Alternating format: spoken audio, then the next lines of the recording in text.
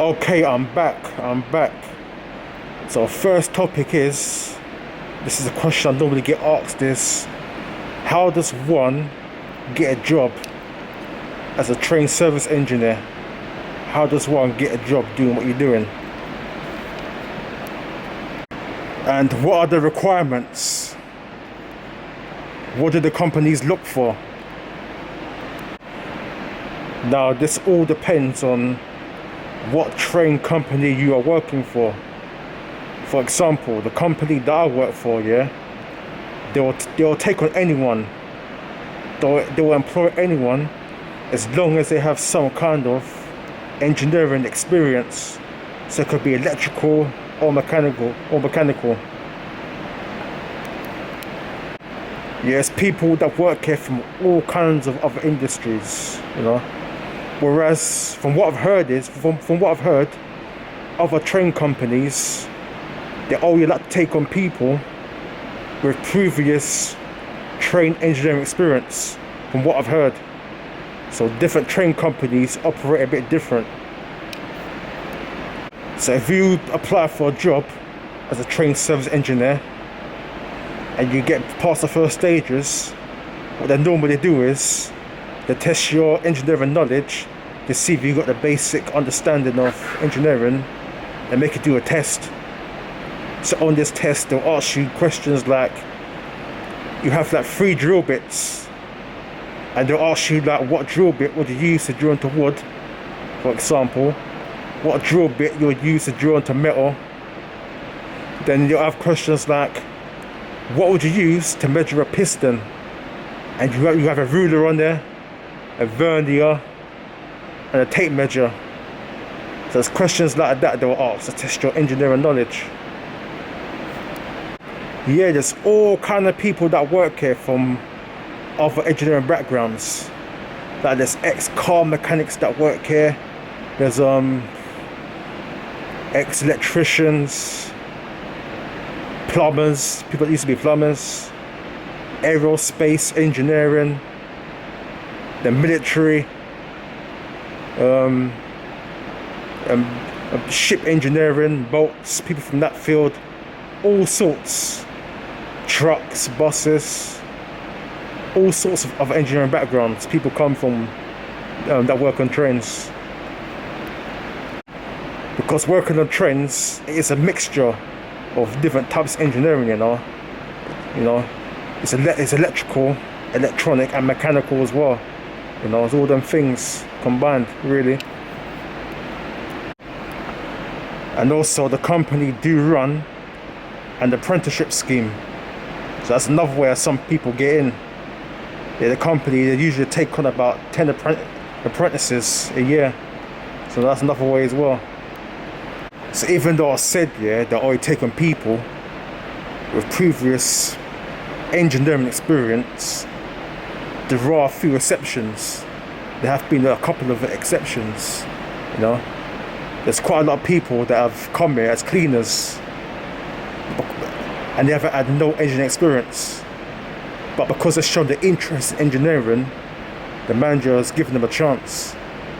So the manager's like, you know, giving them like a simple task and build them up, you know, until they get like enough experience and get comfortable. Yeah, it's been quite a lot of people like that. Quite a lot of people have started out as cleaners. But as I said, because they've shown the interest, they work their way up. So that's another way as well.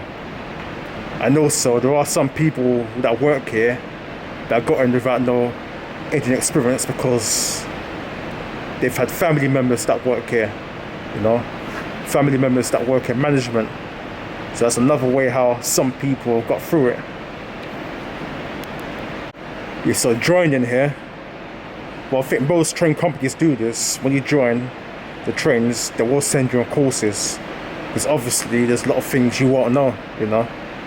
And for example, some people might come here, they might know quite a lot about electrics, but not a lot about mechanics, and vice versa.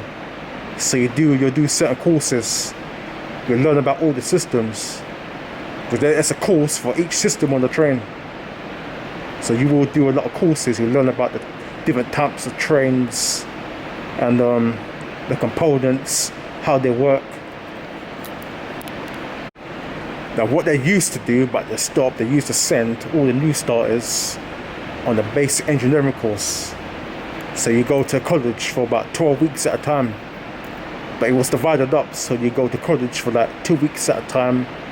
Then a few months later, down the line, you do another 2 weeks and so on. And on this basic engineering course, you do a bit about diesel engines, pneumatics, electrics, mechanics. So everyone has a basic understanding of the multiple sides of engineering.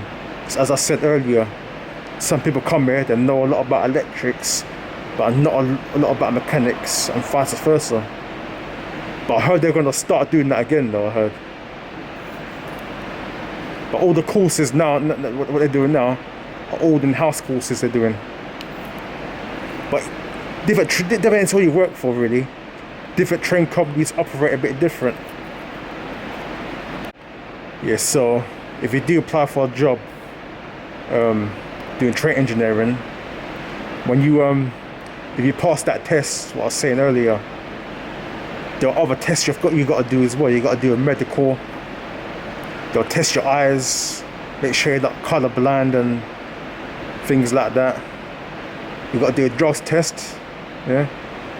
Make sure you ain't got no drugs in your system, because you got to be really alert when working on trains. Yeah, you got to be alert. You can't be on no drugs. You can drink alcohol, you can drink, but you know, of course you can't drink like the days you're working, but you can drink like on the weekend if you know you're off, because they do random drugs tests now and again. And I've seen quite a lot of people get the sack because they found weed, cannabis in their system, in their piss. So if you got previous engineering experience, you're not an alcoholic, you're not on drugs, you're not smoking no weed, you're not on cocaine, you know, that's one hurdle you've overcome. Yeah, so yeah, that's one hurdle you've overcome. So anyway, that's it for this one. That's it for this video. You know, that's it. Stay tuned for the next video. Over and out.